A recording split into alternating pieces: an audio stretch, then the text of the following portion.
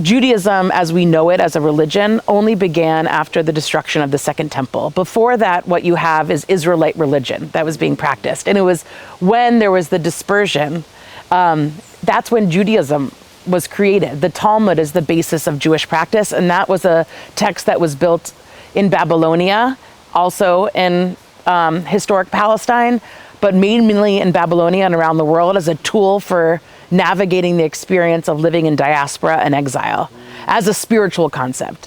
And in the Talmud, it says really clearly, you shall not go back to Eretz Yisrael, to the land of Israel. It says in the Talmud, kechoma, which means like as a wall. And then Rashi, who's a medieval commentator, comes later and says, what does it mean not to come as a wall? And it says, you cannot come there with force.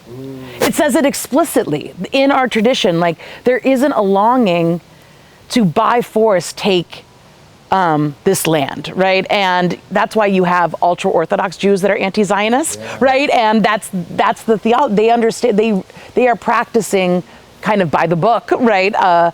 Jewish practice that understands that Messianic time is when there can be people can, in this idea of Messianism, which is not something that humans can intervene in, right? That's the difference between Judaism and Christianity, right? Like Jews aren't playing intermediary or aren't trying to hasten the second coming in the same way that Christians are, but understand that it's Messianic time, which is always, that's part of what I love about Judaism is that it kind of mirrors the way that what it feels like to be a person, where you're like, I'm separate from the divine and I want to be close to it.